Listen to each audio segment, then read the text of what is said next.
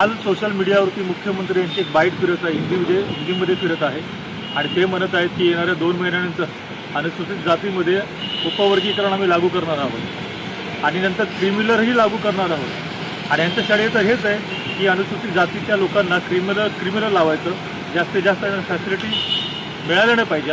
आणि डॉक्टर बाबासाहेब आंबेडकरांनी जे काही 59 जातींना एकसंघ ठेवून जे काही आरक्षण दिलेलं आहे, एक विचार करून ते दिलेलं आहे. एकच ताट सर्वांना करून दिलेलं आहे. परंतु आज त्या ताटामध्ये माती कालवण्याचं काम हे देवेंद्र फडणवीस या महाराष्ट्राचे मुख्यमंत्री म्हणून करत आहेत.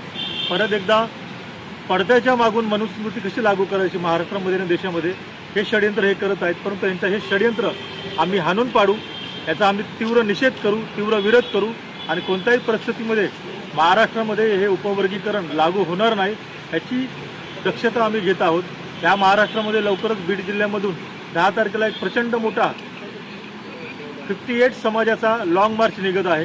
या लॉंग मार्चचं नेतृत्व या महापुरुषांची विचारधारा करत आहेत आणि समाज करत आहे, आंबेडकरी समाज करत आहे. त्याच्यामुळे आम्ही रिपब्लिकन सर्व नेत्यांना आवाहन करत आहोत की जिथे समाज आहे तिथे आपण एकत्र या. आता खरं ऐक्याची भूमिका तुम्ही घेतली पाहिजे, कारण समाजाला तुमची आवश्यकता आहे. डॉक्टर बाबासाहेब आंबेडकरांनी दिलेल्या अनुसूचित जातीला जे आरक्षण दिले ते आरक्षण एकसंघ ठेवण्याचं काम आपल्याला करावं लागेल. म्हणून सर्व समाजाच्या नेत्यांना आम्ही आवाहन करतो. रामदास आठवले साहेब असतील, बाळासाहेब आंबेडकरजी असतील, आनंदराज आंबेडकरजी असतील किंवा प्रस्थापित अजून कवाडे सर असतील, जे कोणी नेते आहेत या सर्वांनी आता एकत्र व्हा. आणि तुम्ही अगर एकत्र आला नाहीत तर लक्षात ठेवा, तुमच्याशिवाय आम्ही हा आंदोलन यशस्वी करू, हे लॉंग मार्च यशस्वी करू. आणि येणाऱ्या 26 जूनला आझाद मैदानामध्ये आम्ही धडक देत आहोत. हे 10 लाखाचं निळं वादळ या मंत्रालयाचा घेरावही करेल, मुख्यमंत्र्याचाही घेराव करेल.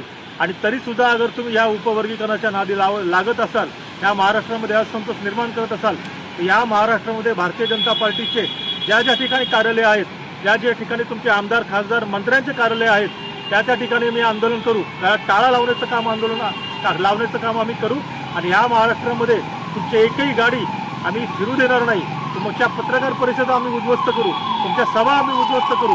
आणि हा संघर्ष आंबेडकरी समाजाचा आणि तुमचा हा चालू राहील, पेटत राहील.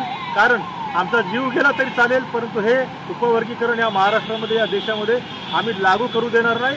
आणि तुम्हाला मनुस्मृती या देशामध्ये परत एकदा आणू देणार नाही. जय भीम, जय भारत.